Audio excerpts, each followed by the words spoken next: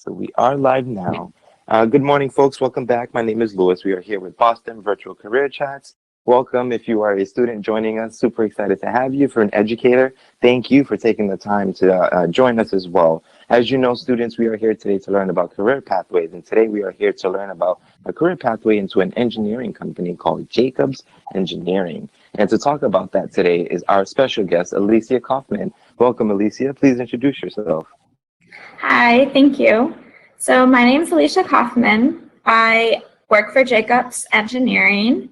I have been with the company for 4 years now, and my career path was pretty simple, pretty straightforward, but I've actually been able to move around a lot with my company. So I got hired in New York City, where I started right out of college. And I didn't really like New York. So I decided to move up to Boston. And since I've been here, I've had travel opportunities to relocate to Costa Rica and the UAE in the Middle East. But a little bit about how I got started with Jacobs. I am from Rhode Island. And I always preferred math and science classes in high school, even though I never really loved school or never excelled in academics. I preferred the math and science backgrounds. So I went to the University of Rhode Island. I didn't know exactly what I wanted to study, but being at a large university, I knew I had options to move around a little bit. And I was really particular in making sure I would have a career once I graduated and wasn't reliant on grad school or felt like I wouldn't be able to have any career opportunities post-graduation. So I studied ocean engineering, and I love the water.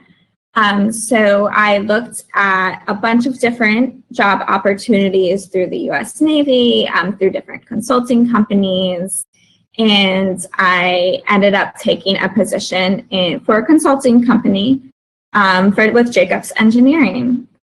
So again, I've been with the company for about 4 years now, and I really like it because the company itself is really large and the industry allows for a lot of opportunity for career growth.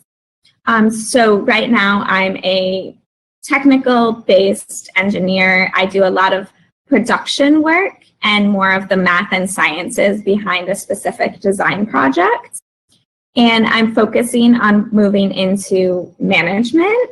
And I eventually want to do economic and policy work, specifically with climate change. So that's about my career path, about how I got where I am. And one of the things that I like the most about my company is whenever I want a new opportunity, such as going down to Costa Rica and working there, I just raise my hand and I ask for these opportunities. A lot of the times the answer is no. But when opportunities do come up, people are always sure to ask you and they know you're interested. And I'm able to take these opportunities because I don't have a family yet, and fortunately enough, my parents are well enough that I'm able to travel from home and leave them here. So it's really important to me that I take these opportunities now. So I don't know if we want to jump into the Q&A or if there's something else I should specifically speak about right now. Sure. Thank you so much, Alicia, for giving us that overview. So students, as we're hearing, we're learning about how Alicia incorporated her passion for the ocean and the environment into engineering practice and also to become an engineer herself. So really interesting to see. Alicia, I had one question for you about the introduction of STEM. Can you talk to us a little bit more about when STEM was introduced to you and how you kind of saw that as an opportunity to build a career pathway out of it? Yes. So I think I'm going to break up the question a little bit. In terms of technology and engineering, I don't think I was ever really introduced to them as as what an engineer was. Even when I went into college, I didn't know what engineering meant. And technology, I still don't think I fully understand what exactly that means. I think of our cell phones, our computers. I'm more introduced to the technology side of things from the society that I live in and the culture that I've seen throughout my entire life. Math and sciences, I was really introduced as early as I can remember, and it was more just in school-based, math problems, science problems. I think I had some of the different building blocks. I wanted to invent things and create things. I didn't know what that meant at all. And I think I briefly mentioned earlier, I struggled a lot in school. I'm not a very academic person, but what always drew me to the math and sciences were that they don't come natural to many people.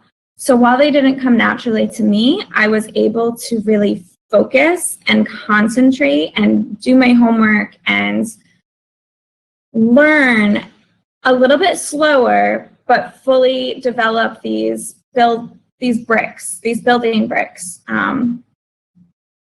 the foundations of these practices. And while I was able to apply myself to all of these things, I didn't feel like I was behind my peers. And that emotion of just feeling more supported in these classes and that I wasn't always competing with someone else kept me drawn to them as I got older and entered college. But as far as what we hear as STEM, I didn't really even start hearing this word and this concept until I was probably graduating high school or entering college time fields. So it's really great that younger people are being introduced to it earlier in their lives. Absolutely. Thank you so much for sharing that. Alicia, my next question for you is related to how you kind of supported your STEM learning. You mentioned that you weren't a highly academic person, and I know some of our students who might be listening might resonate with that and feel the same way. Were there any other outside experiences that helped you kind of grasp the skills or the concepts that helped you in your academics? Maybe an after-school program or an internship or something outside of school? No, I didn't do any internships.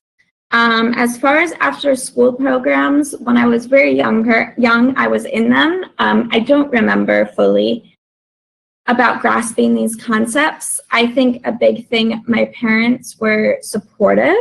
I think they expected me to go to college, but never expected me to really excel in an engineering high demand field. So they were really supportive in making sure I did my homework and studied for exams. And they never got upset if I didn't come home with straight A's or anything like that. But I think what really comes down to it is there are few people, like when you see a teacher or a mentor, it could just be another student. It doesn't need to be someone older than you, who believes and supports in you. It definitely reassures yourself, and you want to be disciplined. You want to do your homework, and maybe not for every subject, because it can be a lot sometimes. You definitely should, but not everyone's going to feel that interest in doing it for every subject. And it just comes down to self-discipline.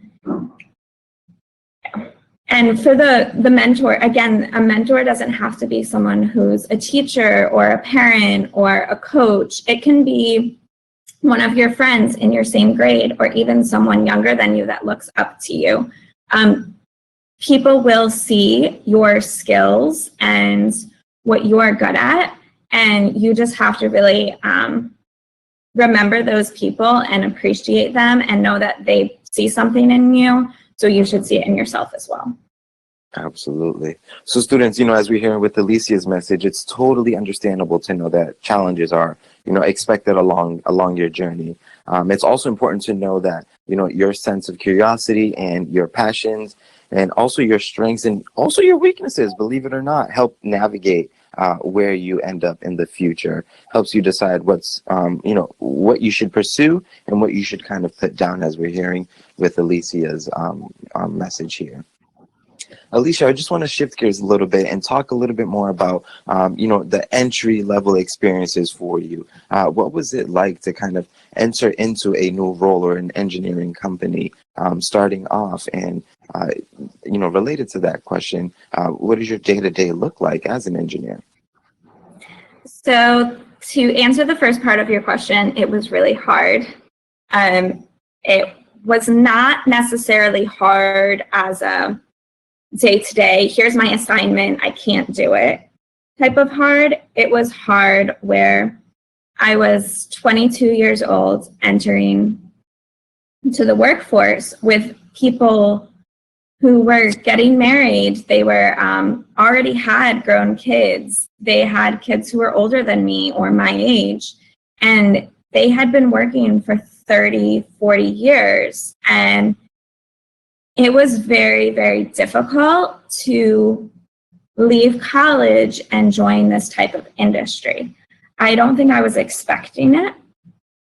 It's probably one of the reasons why I decided to leave New York after a year. And fortunately enough, I had a company to support me through that as well. But at the same time, there were really fun activities that were always happening. We would go out to lunches together, or we would go to nearby schools and help paint their playgrounds and their fences. And I really enjoyed the community aspect of these companies that I was not expecting, especially because for any of you that do extracurriculars such as sports or plays or even work, anything like that, your full-time job, you're expected to be a student. And when you do these other things, it can mentally be a lot on you. And it's very rewarding, it's great, but you can start to feel like you're being pulled in different directions.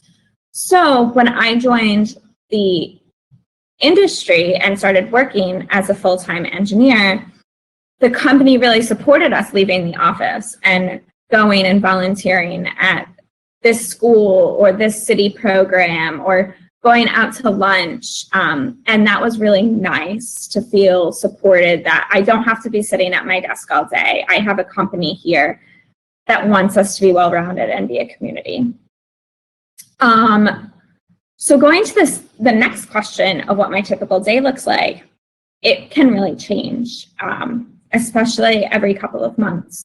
So I mostly work by myself, and I have a team of senior engineers above me, and they'll typically give me different assignments. When I first started, I was much, much more dependent on my coworkers, and I would go up to their desks and ask them questions all day, and they had to check my work essentially every step of the way. As I've gotten more experience, I've been slowly more and more independent.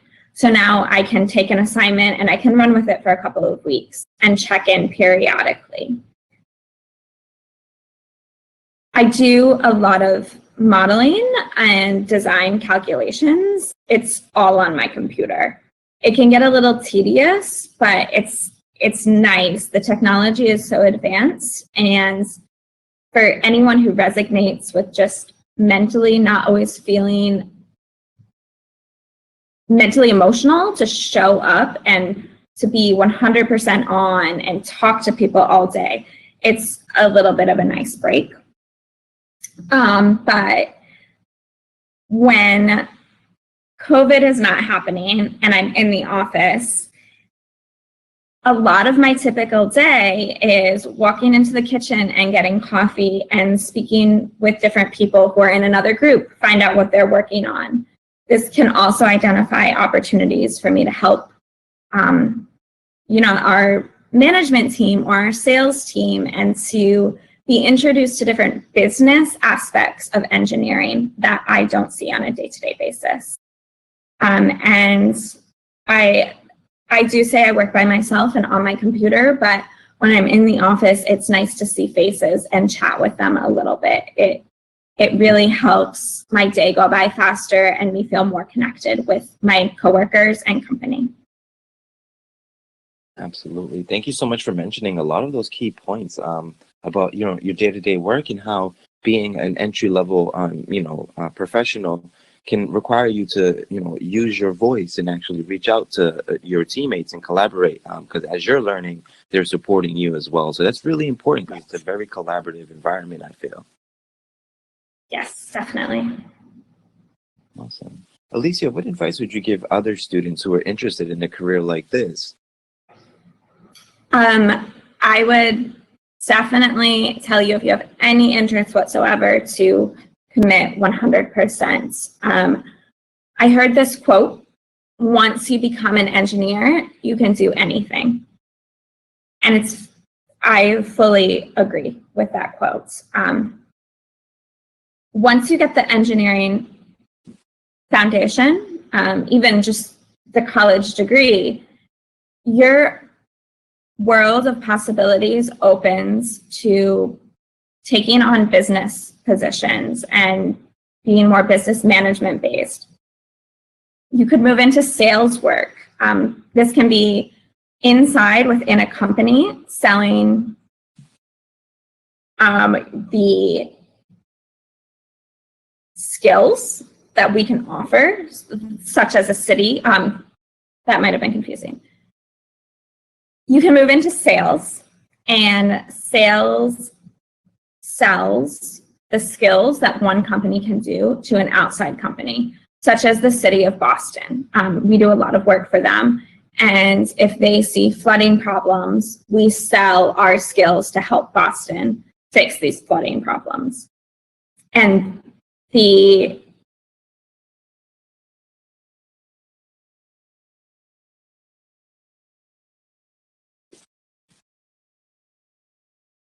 Did we lose you? they can take clients out. And I'm sorry? Nope, you just froze there for a moment. Oh, okay, good. You can also move into government relations, economic policies, certain things like this, and even architecture and engineering and technology. There's different steps of it. Again, you can be a production person and become very senior and one of the most skilled engineers on how to design a building. Or you can work with management. There's just, if you have any interest in this career, there's almost anything you can do, and you can do it from almost anywhere. So if you have any interest in this, I'd say 100% pursue it. It can be really hard at times, but higher the risk, higher reward. So if you feel like you're stuck, just keep trying. When I was in college, I actually failed one of my classes, and some of the other people I knew did also, and they dropped out or switched majors, but I retook it. It was another class I had to take. It took slightly longer, but it was definitely worth it, 100%. So don't ever feel like you can't do it or it's too hard. Just continue to work through it. And once you graduate, the reward would be higher than you could even imagine. I love that message that you're sending here with our students about engineering opening the doors of possibility, and then also shedding light onto the different types of engineering jobs that are available. Super exciting to hear. So students, as we know, engineers are people who create things or tinker or just figure out how things are made or put together. And so to have those skills or to have that mindset of an engineer can apply to a lot of different areas, as we're hearing through Alicia's share out. So I hope that if you are interested in engineering, you're listening closely from her lessons and her tribulations as to how she made sense of her career pathway. Alicia, I can't thank you enough for your time today and your advice. It's really cool to hear how you transitioned from school to work, knowing that academics is a challenge, but shifting that and connecting it to the real world is really rewarding and inspiring. And so sharing that for our students today, I can't thank you enough about, the value that you're adding for us today. Yes, thank you for having me. Of course. Students, as we are nearing the end of our STEM chat session here today, I just wanted to take the opportunity to close and shed some light for Alicia here. So Alicia, as you may or may not know, our students are from the Boston Public School System. And we have, a group of students that we kind of categorize into two groups. We have STEM scholars, those students who really excel academically. They love STEM and all the subjects that they're pursuing, and they just know that they're going to have a career in the STEM sciences. And then we have that subset of group who we consider our STEM challengers. They continuously persevere through challenges and struggle a little bit with academics, but they know that they want to find a place in the STEM world. And so you shedding light on the different pathways that are available within just engineering is really hopeful for our students to hear that even though you are an engineer, you don't have to be one type of engineer. There's a lot of other routes to pursue. My question to you, Alicia, is what advice would you give to STEM scholars considering school starting in the next couple of weeks? How can they kind of prepare themselves for this coming school year?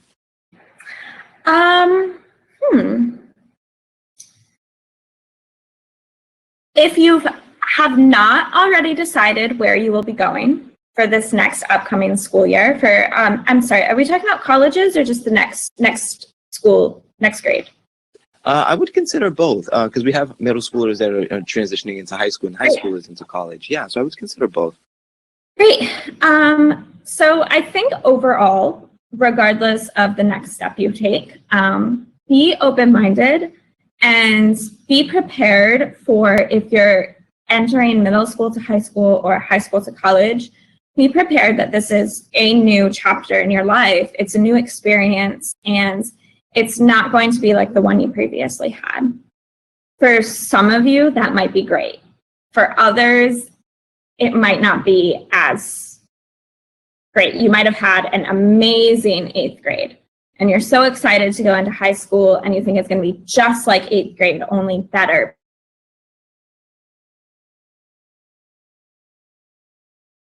But it's a whole other chapter. So definitely be open-minded and be prepared for things to not go exactly as you expected.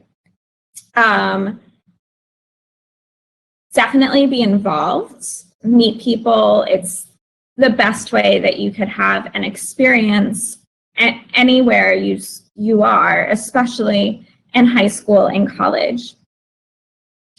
If you're going from high school to college and you haven't decided where you want to study yet, I would highly recommend that you go to a school that has different majors or departments that you could be interested in.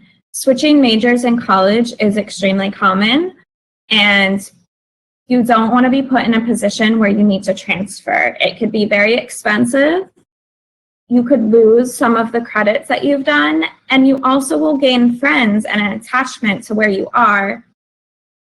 So I would definitely say just to take that into consideration. The larger state schools are one of the best options for this. They have a lot of programs and they have a lot of support to do this. But I mean, anyone just going on to the next chapter, enjoy it, have fun. But be open-minded and be prepared for things to not go exactly as you expected. Absolutely. Thank you so much for that advice, Alicia. So students, just to echo Alicia's message, be prepared, use your voice, connect with others, apply yourself into that new environment because you don't know what to expect. But that's also a really good thing. We can, take that opportunity to create the future that we want for ourselves. So I hope that we've taken today's session as a meaningful opportunity to make sense of what's to come in the next coming weeks, especially with a lot of uncertainty and the school opening date changing. So Alicia, thank you again for your time and your advice. Career pathways are a very interesting story for our high schoolers and especially our middle schoolers. Not being mentioned this in the middle school age is a downfall, and BoSTEM has taken the liberty of being a leader in that space. And thank you again for supporting us and helping us be able to provide this to our students. Yeah, this upcoming school year might have a lot of challenges, ebbs and flows. So definitely just try to be resilient. Know that it's okay if you feel like you're struggling. We all are right now. But like your teachers and a lot of people are here to support you, and we want to all see you excel in this upcoming school year. So you have more challenges these next couple of months than I faced when I was in school. So students, let's stay optimistic. The next coming weeks will be a lot of uncertainty, but continue to tune into resources like the STEM chats, continue to explore, find outside opportunities to kind of build your skills or to get stronger. These STEM chat sessions are just one of many, many opportunities for you to reconnect and prepare yourself for the coming school year. Thank you, Alicia, for your time today. Thank you, students, for taking the time to tune in, and educators, thank you as well for passing along the word and serving as BoSTEM ambassadors. I hope that everyone has a great rest of the afternoon, and thank you again, Alicia, for your time today. Thank you. All right, everyone, please stay healthy during this pandemic season and take care.